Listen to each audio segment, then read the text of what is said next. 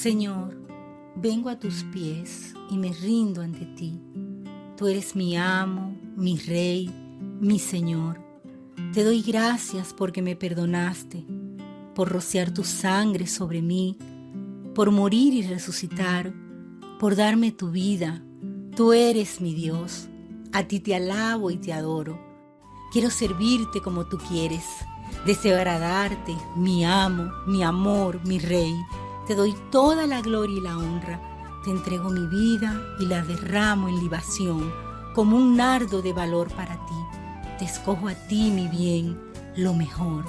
Sin ti, nada soy. Oh, mi Señor, oh, mi Dios, te amo, anhelo tu presencia. Te amo, eres mi bendición.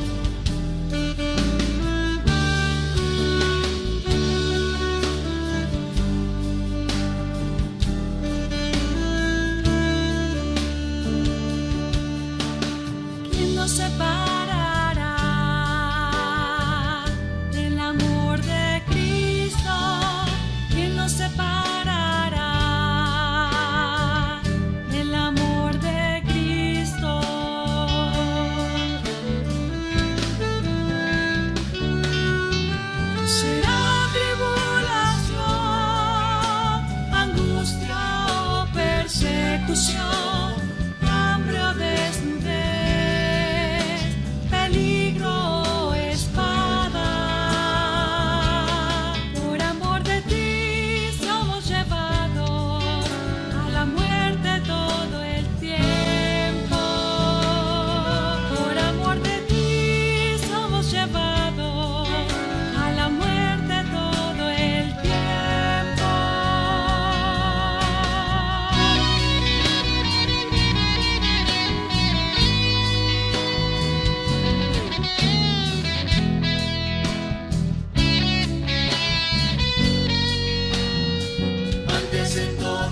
Cosas, somos más que vencedores, mucho más que vencedores por medio de aquel que nos amó. Antes en todas las cosas, somos más que vencedores, mucho más que vencedores por medio de aquel que nos amó. Y seguro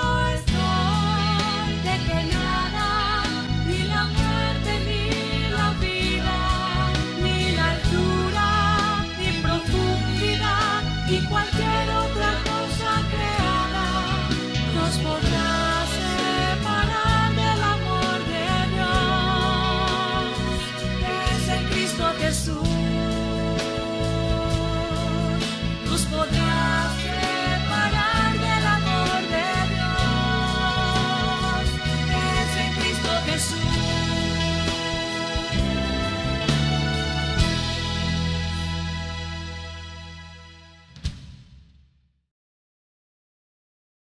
Nuevamente hoy delante de ustedes la palabra de nuestro Señor Jesucristo, y en esta oportunidad estamos con el mensaje Bástate mi gracia. Vamos a desarrollar este mensaje en 4 puntos.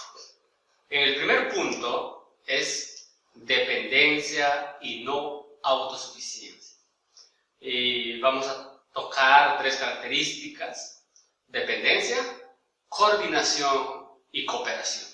Para ello, hermanos, vamos a la palabra en 1 Corintios, el capítulo 12, versículos del 1 al 3.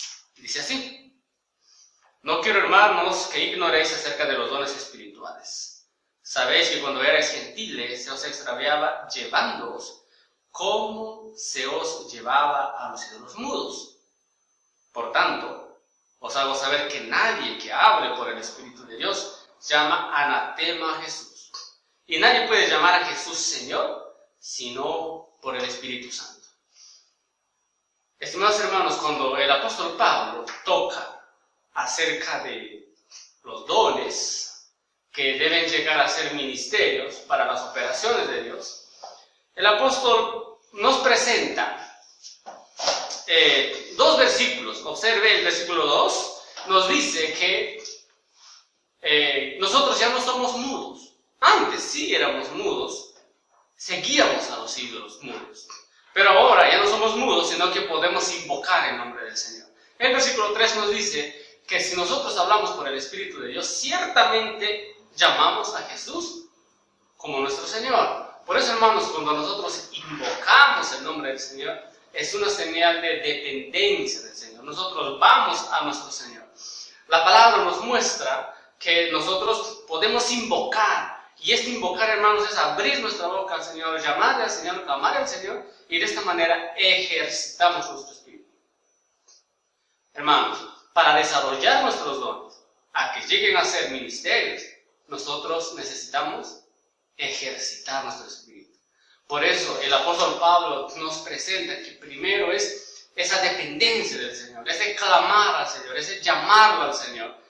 Cuando vemos en 2 Corintios capítulo 4, el versículo 7 dice así: pero tenemos este tesoro en vasos de barro, para que la excelencia del poder sea de Dios y no de nosotros. La excelencia del poder sea de Dios y no de nosotros. Estimados hermanos, nosotros solo somos vasos de barro. La excelencia y el poder es de Cristo, del tesoro que está dentro de nosotros. Entonces, yo al invocar el nombre del Señor, estoy permitiendo que este Cristo, este tesoro que yo tengo dentro de mí, manifiesta la excelencia y el poder para desarrollar los dones a que lleguen a ser ministerios. Y de esta manera Dios podrá operar en medio de la iglesia a favor de cada uno de nosotros, para llevarnos a crecer en vida, para llevarnos a la edificación. Ahora, hermanos, esta dependencia es tan importante para nuestra función en el cuerpo. Veamos qué nos dice Romanos. En el libro de Romanos, en el capítulo 12, en los versículos 3 al 5, dicen así: digo pues por la gracia que me es dada a cada cual que está entre vosotros, que no tenga más alto concepto de sí que el que debe tener, sino que piense de sí con cordura, conforme a la medida de fe que Dios repartió a cada uno. Porque de la manera que en un cuerpo tenemos muchos miembros, pero no todos los miembros tienen la misma función. Así nosotros, siendo muchos, somos un cuerpo en Cristo, y todos miembros los unos de los otros. Estimados hermanos, yo quiero que nosotros veamos esto acá. Por una parte nos dice que nosotros somos miembros del cuerpo de Cristo y no debemos tener más alto concepto que el que deberíamos de tener. Hermanos, si yo tengo más alto concepto que el que yo debo de tener, entonces voy a entorpecer el servicio de otros hermanos. Voy a estorbar el servicio de otros hermanos. Por otra parte, hermanos, nosotros no debemos tener un concepto inferior al que debemos tener. Cuando tenemos un concepto inferior, tenemos conflicto para funcionar en el cuerpo.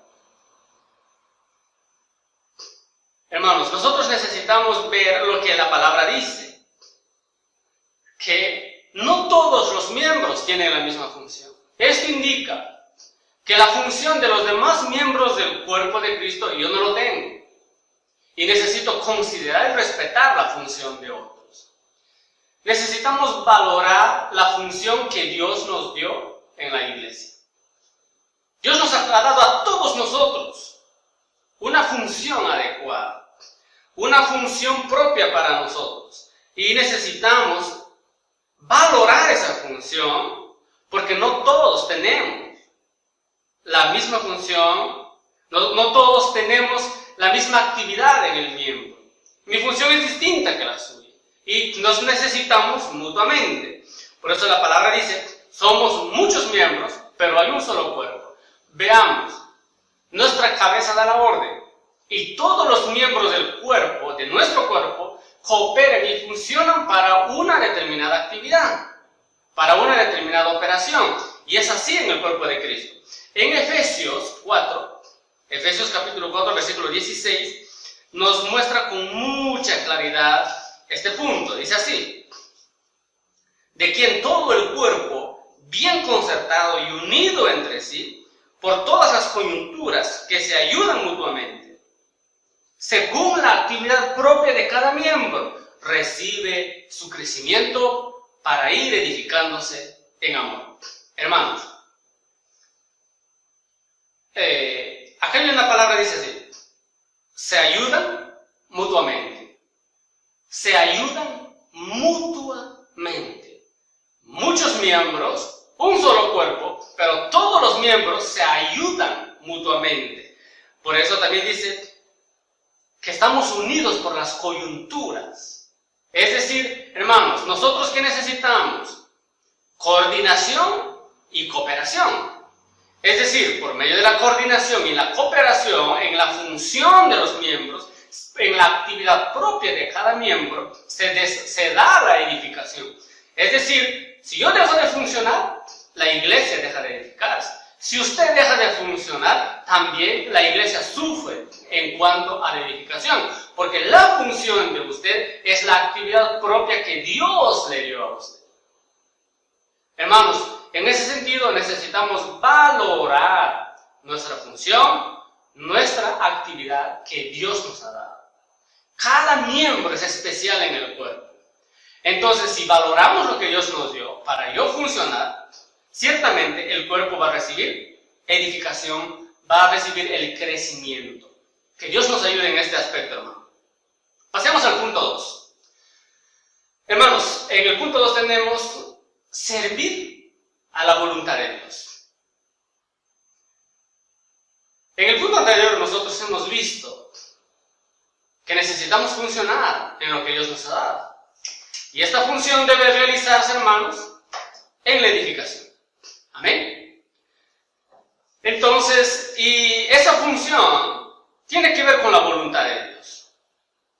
Y nosotros necesitamos tener claridad en relación a la voluntad de Dios. Por eso cuando vemos en Efesios, capítulo 5, el versículo 17, dice así, por tanto, no seáis insensatos, sino entendidos de cuál sea la voluntad del Señor.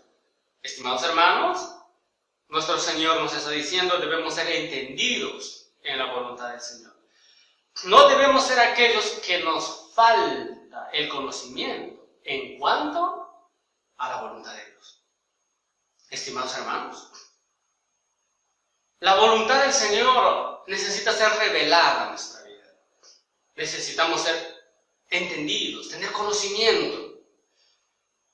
¿Por qué, hermanos? Porque la voluntad de Dios define nuestra participación en el reino. Esto lo vemos en Hebreos,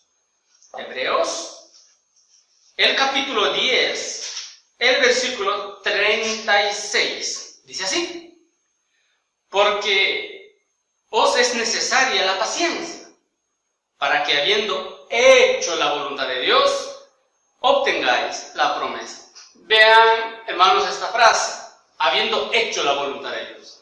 Nosotros necesitamos hacer la voluntad de Dios. Para yo hacer la voluntad de Dios, ¿qué necesito? Tener conocimiento de la voluntad de Dios. Por lo cual, hermanos, la palabra nos está diciendo acá que hay que ser entendidos, conocer la voluntad para hacer la voluntad, hacer la voluntad de Dios. Entonces, yo voy a obtener la promesa. Vean, hermanos, obtener la promesa. Hermanos, esta promesa tiene que ver con el galardón que Dios quiere darnos. Como mismo Hebreos dice, el grande galardón.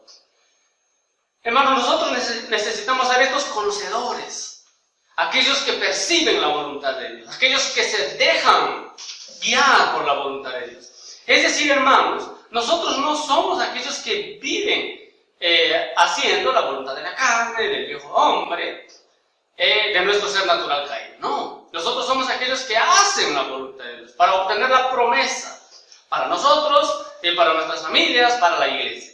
Hermanos, cuando en Mateo, en el Evangelio de Mateo, nuestro Señor Jesús dijo esto: no todo el que me dice Señor, Señor, entrará en el reino de los cielos, sino todo aquel que hace la voluntad de mi Padre. Hermanos, nosotros necesitamos ser aquellos que hacen la voluntad de Dios, que hacen la voluntad del Padre, ¿verdad? Entonces, en este punto es tan importante ver que si nosotros hacemos la voluntad del Padre, tendremos acceso al reino. Y yo creo, hermanos, que de todos nosotros, en nuestro corazón está reinar con el Señor, escaparse de la hora de la prueba que ha de venir sobre la tierra, de la gran tribulación, reinar con el Señor. Pero para reinar con el Señor, necesito hacer la voluntad de Dios. Nosotros vemos en Hechos, capítulo 16, el versículo 6. Nosotros vemos el relato del viaje misionero cuando el apóstol Pablo y Silas hacían la obra de Dios. En el versículo 6 dice así: y atravesando Frigia y la provincia de Galacia, les fue prohibido por el Espíritu Santo hablar la palabra en Asia. Recalcando de nuevo, les fue prohibido por el Espíritu Santo hablar la palabra en Asia. Y cuando llegaron a Misia intentaron ir a Bitinia, pero el Espíritu no se los permitió. Y pasando junto a Misia, descendieron a Troas, y se le mostró a Pablo una visión de noche, un varón macedonio que estaba en pie, rogándole y diciendo: pasa a Macedonia y ayúdanos. Cuando vio la visión, enseguida procuramos partir para Macedonia, dando por cierto que Dios nos llamaba para que les anunciásemos el Evangelio. Veamos en esta porción de la palabra que en dos oportunidades el Espíritu Santo le prohibió a Pablo y a Silas hablar la palabra de Dios. Si nosotros vemos el propósito del viaje, que era llevar el Evangelio, podríamos decir: esto es contradictorio. ¿Cómo el Espíritu Santo le prohibió a Pablo y a Silas hablar la palabra? Pero eso es lo que nos dice la misma palabra, que el Espíritu Santo les prohibió, no les permitió. Es decir, hermanos, el Espíritu Santo no les permitió hablar la palabra en determinada ocasión o región, porque nuestro Señor Jesucristo deseaba que Pablo y Silas predicasen la palabra en Europa, no en Asia. Entonces ellos empezaron a entrar hacia Europa, hacia el continente europeo, hermanos. Y nos está mostrando acá en el versículo 9 y en el versículo 10 nos habla que Pablo vio una visión, hermanos. Esto indica que para nosotros lograr hacer la voluntad de Dios, de acuerdo al plan de Dios, de acuerdo al deseo de Dios, necesitamos ¿de qué? De una visión. Y una visión gobernante, una visión que pueda gobernar nuestras vidas. En ciertas ocasiones, el Espíritu no nos va a permitir hacer ciertas cosas, aunque sea con relación a la obra de Dios o cosas para Dios. Estimados hermanos, no todo buen deseo de nuestro corazón de hacer la obra de Dios es aprobado por Dios. Lo podemos ver en Pablo y Silas. Ellos quisieron ir a Asia a predicar la palabra y el Espíritu no se lo permitió. Igual nosotros, hermanos, en determinadas ocasiones o un buen deseo de mi corazón, o yo quiero hacer algo, no siempre está de acorde a la voluntad de Dios. Pero Pablo y Silas eran hombres espirituales que se dejaron guiar por el Espíritu Santo y ellos lograron entrar a Europa, donde Dios bendijo grandemente la palabra del Señor. Igual nosotros vamos a dejarnos guiar por el Espíritu Santo, para que lo que hagamos sea bendecido por Dios y sea sellado por el Espíritu Santo, sea aprobado por nuestro Señor. Estimados hermanos, avanzando, nosotros vemos que en Romanos capítulo 12, el versículo 2, nos muestra que, nos dice así: no os conforméis a este siglo, sino transformaos por medio de la renovación de vuestro entendimiento, para que comprobéis cuál sea la buena voluntad de Dios, agradable y perfecta. Acá nos habla de comprobar la voluntad de Dios. Y nos dice que la voluntad de Dios es buena, agradable y perfecta. Esa es la voluntad de Dios. Hermanos, la voluntad de Dios para nuestra vida, ¿cómo es? Buena, agradable y perfecta. Y el apóstol Pablo dice que nosotros podemos comprobar, experimentar esa voluntad. Para lo cual, él presenta primeramente acerca de renovar nuestra mente. Estimados hermanos, nosotros necesitamos renovar nuestra mente, renovar nuestro entendimiento, renovar el contenido de nuestra mente. Y para ello es necesario, hermanos, tener tiempo con la palabra, tiempo de comunión con Dios, para que nuestra mente sea renovada y que nuestro Señor renueve nuestra mente para comprobar la voluntad de Dios. Esa voluntad que es buena, agradable y perfecta. Para lo cual, hermanos, nosotros tenemos esto: 4 claves que debemos considerar para hacer la voluntad de Dios. Entonces, la primera es la unción. El apóstol Juan dice que nosotros tenemos la unción del Santo. Esa unción permanece dentro de nosotros.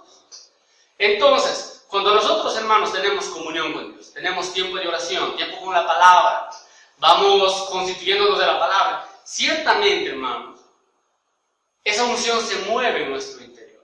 Y cuando deseamos hacer cosas, o deseamos hacer la obra del Señor, deseamos hacer la voluntad de Dios, esa unción nos va a guiar en el sentido de que nos dará paz en nuestro interior si es de Dios.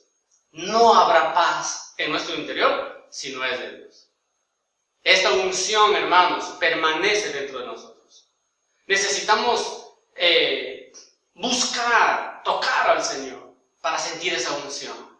Si yo quiero hacer algo o quiero tomar alguna decisión y la unción no me da paz, no deberíamos de insistir, aunque a veces insistimos, deseando que Dios apruebe tal cosa o tal situación. Pero sin embargo, si no es de Dios, nunca habrá paz. Y debemos de aprender a ser guiados por la unción. El segundo punto es la familia. Imaginemos, queremos comprar algo que involucre a toda la familia, queremos mudarnos de casa, mudarnos de ciudad. Todo ello, hermanos, hay que consultar con la familia. Hay que hablar con el resto de la familia. Si hay paz, si hay aprobación por medio de la familia, uno puede decir: por acá va la voluntad de Dios. Tercer punto, la aprobación del liderazgo de la iglesia. Estimados hermanos, cuando nosotros vamos a tener comunión con el liderazgo de la iglesia, debemos aprender a tener comunión. ¿Y tener comunión qué es? No, hermanos, cuando yo voy a tener comunión con el liderazgo, aún no he decidido o no he tomado la decisión. Algunos quieren tener comunión con el liderazgo y ya han tomado una decisión. Entonces ya no se llama comunión, se llama informar. Entonces tener comunión es diferente que informar. Tener comunión con el liderazgo es diferente que informar de mi decisión al liderazgo. Entonces, hermanos, aprendamos a tener comunión en ese sentido. ¿Para qué, hermanos? Para que nosotros veamos la guianza de Dios. El punto 4 nos dice, ya, el punto 4 en estas claves para conocer la voluntad de Dios es las circunstancias. Por ejemplo, hermanos, si uno quiere cambiarse de casa, cambiarse de ciudad, pero no tengo presupuesto o tengo deudas pendientes, son circunstancias. O aparecen situaciones las cuales nos impiden realizar lo que queremos. Entonces Dios ahí también nos está mostrando que no va por ahí el asunto. Amén. Por eso hay que ver las circunstancias que nos rodean. Hablemos acerca de sencillez y obediencia. Estimados hermanos, En 2 de Corintios, capítulo 1, versículo 2. 2 de Corintios, capítulo 1, versículo 12. Porque nuestra gloria es esta, el testimonio de nuestra conciencia, que con sencillez y sinceridad de Dios, no con sabiduría humana, sino con la gracia de Dios, os hemos conducido en el mundo y mucho más con vosotros. Acompañando a esto, hermanos, demos lectura del capítulo 11, el versículo 3. Dice así: pero temo que como la serpiente con su astucia engañó a Eva, vuestros sentidos sean de alguna manera extraviados de la sincera fidelidad a Cristo. Hermanos, cuando nosotros hablamos de la sencillez, el apóstol Pablo, él fue un ejemplo en la sencillez. Él dice, con sencillez y sinceridad de Dios. Estimados hermanos, la sencillez es tan importante para creer a la palabra. Porque cuando nosotros en nuestra mente somos complicados, nos es difícil creer a la palabra. En especial estamos hablando de la palabra profética, la palabra que Dios habla en estos tiempos. Hermanos, el enemigo es astuto. Por eso, cuando dice como la serpiente con su astucia, es decir, el enemigo viene a susurrar en nuestro oído, en nuestra mente, sofisma, argumentos, fábulas, genealogías, para hacernos complicados en nuestra mente y de esta manera anular nuestra sencillez y nuestra creencia en la palabra profética. Amados hermanos, que Dios nos dé ese discernimiento para no dejar que el enemigo coloque en nuestra mente y a muchas cosas, ¿verdad?, las cuales nos hacen complicados. Que Dios nos ayude en ese aspecto, para que nosotros también digamos como Pablo, con sencillez y con sinceridad de Dios. No con sabiduría humana, no con capacidad humana, sino con la gracia de Dios. Oh Señor Jesús, el Señor nos ayude en ese aspecto. Y luego veamos Romanos el capítulo 1, versículo 5. Dice así: y por quien recibimos la gracia y el apostolado para la obediencia a la fe en todas las naciones por amor de su nombre. No hay manera de ser obediente si yo no creo. Y para creer yo necesito tener sencillez. Entonces, que Dios nos ayude a tener sencillez y creer a la palabra, y de tal manera que también tengamos esa fuerza, que de Dios venga esa fuerza para obedecer a Dios, obedecer a la palabra. Hermanos, pasemos al punto 3. En el punto 3 hablamos de la formación de un ministro del nuevo pacto. En el punto 3, hermanos, el 3.1, consideremos esto: recibir la comisión divina. Recibir la comisión divina.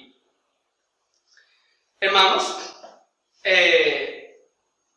vamos a Hechos, capítulo 26, el versículo 19. Dice así, Hechos, el capítulo 26, versículo 19. En la parte B dice, no fui rebelde a la visión celestial. No fui rebelde a la visión celestial. Hermanos, en nuestra etapa de formación como ministros del nuevo pacto, nosotros necesitamos considerar que nosotros necesitamos recibir una comisión divina. El apóstol Pablo dice, yo no fui rebelde, en otras palabras, fui obediente a la visión que el Señor me dio. Hoy Dios quiere darnos una visión, quiere darnos una comisión, quiere colocar en nuestras manos una comisión divina. Y para ello nosotros necesitamos tener un corazón de obediencia, un corazón que reciba tal comisión y una prontitud para obedecer a aquello que hemos recibido del Señor, el encargo que Dios nos ha dado. Dios, hermanos, anhela dejar en nuestras manos un encargo, y para ello nosotros hay que ser obedientes a lo que el Señor quiere darnos. El 3.2 dice así, constituirse con la palabra fundamental y profética. Cuando nosotros vemos en Hebreos, capítulo 2, versículo 1, por tanto es necesario que con más diligencia atendamos a las cosas que hemos oído, no sea que nos deslicemos. Hermanos, ¿cuánta palabra hemos escuchado hasta hoy? ¿Verdad? ¿Cuántas conferencias, cuántos libros espirituales? Y nosotros necesitamos tener diligencia Y en este sentido, hermanos, yo los aliento a que también tengamos diligencia a atender a la palabra fundamental, ¿verdad? A los libros que nosotros tenemos en el ministerio y podamos dar lectura, constituirnos de esa palabra, llenar nuestro corazón de esta palabra y de esta manera estar constituidos y también dar esa atención debida a la palabra profética. ¿Para qué? Para no deslizarnos. Que el Señor nos capacite para tener esta diligencia. Hermanos, ahora vamos al 3.3. Las experiencias de las riquezas de Cristo. Un ministro del Nuevo Pacto debe constituirse con las experiencias de las riquezas de Cristo. En este sentido, podemos ver que nuestro Señor, ¿qué es para nosotros? Alimento y bebida espiritual. Podemos experimentarlo como sabiduría, podemos experimentarlo como santificación, podemos experimentarlo como transformación, como la cabeza de la iglesia. Podemos experimentarlo, hermanos, como muchas riquezas espirituales, ¿ya? Entonces, para ello, nosotros necesitamos abrir nuestro corazón y que el Señor nos lleve a tener estas múltiples experiencias. No solo experimentar a Cristo como Salvador, sino también en las otras cualidades o características que nuestro Señor Jesús tiene para nuestro disfrute y experiencia. En el 3.4 podemos verlo, el sufrimiento y las tribulaciones mediante la obra de la cruz. Estimados hermanos, nosotros vemos en Colosenses 1.24, Colosenses 1.24. Colosenses 1.24 dice así: y ahora me gozo en lo que padezco por vosotros y cumplo en mi carne lo que falta de las aflicciones de Cristo por su cuerpo, que es la iglesia. El apóstol Pablo está mostrando acá algo. Él dice, yo me gozo en estas aflicciones, en estas tribulaciones, yo me gozo, porque el apóstol Pablo estaba centrado en ver la edificación de la iglesia. Y es así con nosotros en estos tiempos, hermanos. Nosotros vamos a pasar distintas tribulaciones, distintas aflicciones. Y es parte de la obra de la cruz de Cristo. Hermanos, estas aflicciones y tribulaciones a nosotros no nos deben de desanimar, tampoco deben de endurecer nuestro corazón delante del Señor. Al contrario, hay que ver el propósito. El apóstol Pablo dice, por causa de la iglesia. Y eso es algo maravilloso, hermanos. Porque nosotros, por causa de la iglesia, sufrimos, padecemos y veremos la edificación de la iglesia. Y la palabra dice, las puertas del Hades no prevalecen en contra de la iglesia edificada. Mientras hay más edificación, la iglesia va a ser más fuerte, va a prevalecer más en contra del enemigo y habrá más edificación. El apóstol menciona, él dice lo que falta de las aflicciones de Cristo por la iglesia.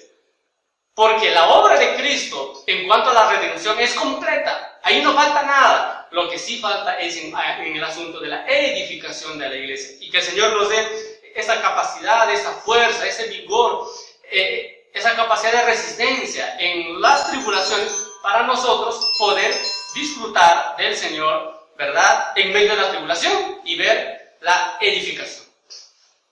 Hermanos, por otra parte, veamos lo que nos dice 2 de Corintios 1.5. 2 de Corintios, capítulo 1, el versículo 5. Porque de la manera que abundan en nosotros las aflicciones de Cristo, así abunda también por el mismo Cristo nuestra consolación. Hermanos, cuando acá habla de las aflicciones de Cristo, también nosotros podemos decir, estas son las tribulaciones, ¿verdad? Y esta palabra en el original, tribulación en griego es tripsis, y significa prensa, presión, agobio, opresión, aflicción, tribulación, angustia y dilema. Hermanos, nosotros veamos esto. El apóstol Pablo dice que él se goza en la aflicción, él se goza en la tribulación. Y acá en 2 de Corintios nos habla que abundan las aflicciones, de manera abundan en nosotros las aflicciones. Y acá menciona que por este mismo Cristo van a abundar, ¿qué cosa? Consolación. Estimados hermanos, veamos esto. Si abundan aflicciones, si abundan tribulaciones, va a abundar consolación. Y esto es hermoso, hermanos. ¿Por qué? porque nos están mostrando que también esa abundancia de consolación nos van a consolar a nosotros, ganaremos experiencia. Esa experiencia va a ser constituida en nosotros y nosotros podremos ayudar a los demás, podremos consolar en las tribulaciones de las demás personas. Y esto indica, hermanos, que el proceso de aflicción, de tribulación que Dios nos hace pasar es para ayudarnos, perfeccionarnos. Es para llevar a nosotros a tener experiencias, mayores experiencias con el Señor. Así como el Señor Jesús, cuando Él estaba en Getsemaní, Él estaba orando porque a pocas horas Él iba a ir a la cruz y llevar todos nuestros pecados, nuestras iniquidades en la cruz. Él estaba bajo una tremenda presión, como significa esa palabra. Esa presión estaba sobre Él. Entonces, hermanos, aunque Él rogó al Padre que pasara la copa sin que la bebiera Él, pero ¿sabe, estimado hermano? Estimada hermana, el Señor pasó por esa situación para ayudarnos a nosotros. Él conoce lo que es la depresión, Él conoce lo que es la angustia. Él estaba muy angustiado. Entonces Él conoce esa situación y Él nos puede ayudar a nosotros. Vamos, hermanos, al cuarto punto. Y este cuarto punto es la gracia suficiente de Cristo. Y para ello vamos a 2 de Corintios, el capítulo 12, versículos 8 y 9. Respecto a lo cual 3 veces he rogado al Señor que lo quite de mí. Y me ha dicho, bástate mi gracia, porque mi poder se perfecciona en la debilidad. Por tanto, de buena gana me gloriaré, más bien en mis debilidades, para que repose sobre mí el poder de Cristo. El apóstol Pablo, así como Jesús en Getsemaní cuando oró, le pidió 3 veces al Padre, el apóstol Pablo también 3 veces había rogado al Señor que quite tal aflicción. Y, hermanos, observen, Dios no lo quitó. Y Dios no le dijo a Pablo, sí, Pablo, yo te voy a quitar tal situación, tal aflicción, yo te entiendo. No. ¿Qué le dijo el Señor? Bástate mi gracia, porque mi poder se perfecciona en la debilidad. Hermano, bástate mi gracia. Eso es lo que el Señor quiere decirnos hoy en medio de tanta tribulación o aflicción que nosotros pasamos en el día a día. El Señor quiere decirnos, bástate mi gracia. Hermanos, cuando nosotros pasamos tal tribulación o aflicción, nosotros podemos ver en 2 Corintios, el capítulo 1, versículo 9, pero tuvimos en nosotros mismos sentencia de muerte para que no confiásemos en nosotros mismos, sino en Dios que resucita a los muertos. Observen, hermanos, sentencia de muerte. Pero tuvimos en nosotros mismos sentencia de muerte. El apóstol Pablo está mostrando que hay situaciones que van más allá de nuestras fuerzas. El apóstol Pablo dice, fuimos abrumados sobremanera, tuvimos sentencia de muerte. Hermanos, estas situaciones que son tan difíciles, ¿por qué dice sentencia de muerte? Porque es cuando uno pierde esperanza en uno mismo. Cuando uno, hermanos, se rinde al Señor, cuando ya no encuentra más fuerza para luchar, entonces uno desiste de uno mismo. Y es ahí donde el Señor viene a nosotros y no nos dice, yo voy a quitar la situación. Él dice, bástate mi gracia. Lo que el Señor quiere decir es, disfruta mi gracia, disfruta más de mí, llénate más de mí. Experiméntame más. ¿Cómo soy yo? En todas mis riquezas, experiméntame. Esto indica, hermanos, bástate mi gracia. Entonces, hermanos, que nosotros podamos dar oído al Señor cuando Él diga, bástate mi gracia, disfruta de mi gracia.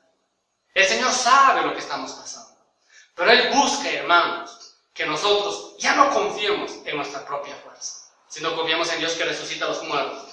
Vamos en 2 de Corintios, el capítulo 4, vamos a dar lectura al versículo 11 y 12, dice así. Porque nosotros que vivimos siempre estamos entregados a muerte por causa de Jesús, para que también la vida de Jesús se manifieste en nuestra carne mortal, de manera que la muerte actúe en nosotros y en vosotros la vida. En el versículo 11 dice, estamos entregados a muerte. Y en el capítulo 1 nos dice que tenemos sentencia de muerte. Observen, hermanos, que cómo Dios actúa en nuestra vida, cómo Dios actúa en nuestro entorno, cómo Dios busca llevarnos a que ya no confiemos en nosotros, sino que confiemos en Él. Esas situaciones que son sentencias de muerte, entregados a muerte. Y todo ello, la muerte actuando en nosotros. En nosotros, hermanos, siendo llevados al límite de nuestra fuerza, más allá de nuestra fuerza. Y donde el Señor nos habla, disfruta de mí. Bástate mi gracia. Disfruta más de mi gracia. Esto, hermanos, es para que nosotros podamos o aprendamos a confiar más en el Señor, a entregarnos más al Señor, a depender completamente del Señor en todo. Esto es hermoso, hermanos, porque de esta manera nosotros vamos a crecer en vida y vamos a poder ayudar a los demás hermanos. Hermanos, nosotros necesitamos ser aquellos que depositan completamente la confianza en Dios. Por eso acá nos está hablando, y cuando nos dice que en los demás actúa la vida. Hermanos, cuando el Señor nos lleva a esa experiencia de sentencia de muerte, de estar entregados a la muerte, ¿es para qué? Para que todo lo natural, el viejo hombre, para que nuestra carne pueda ser deshecha. Y nosotros, hermanos, aprendamos a vivir en el Espíritu, aprendamos a andar en el Espíritu.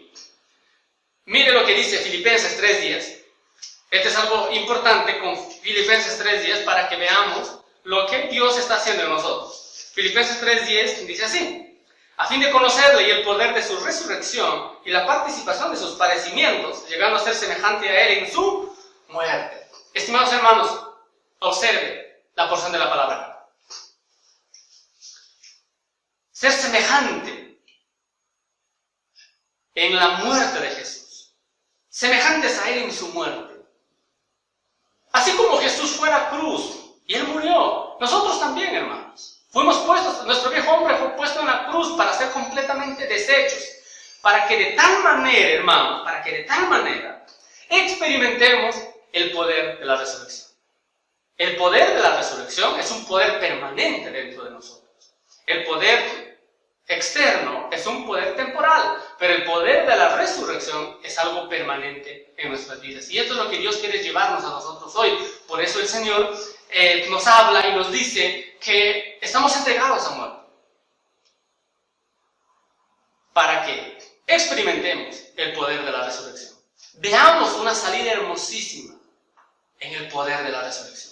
Experimentar ese poder, experimentarlo en nuestra vida y llevar a los hermanos que también experimenten ese poder. Por lo cual el Señor dice, básate en mi gracia. Hermanos, yo quiero concluir con ese pequeño relato de historia que estaba en el alimento diario, hablando del hermano Watchman Nee, el hermano Nee.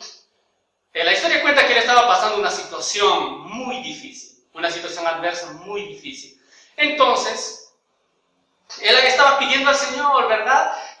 Muchas veces le pedía al Señor, Señor, ayúdame, quite esta situación. Y el hermano, en cierta ocasión, tuvo un sueño. En el sueño, ¿qué sucedió?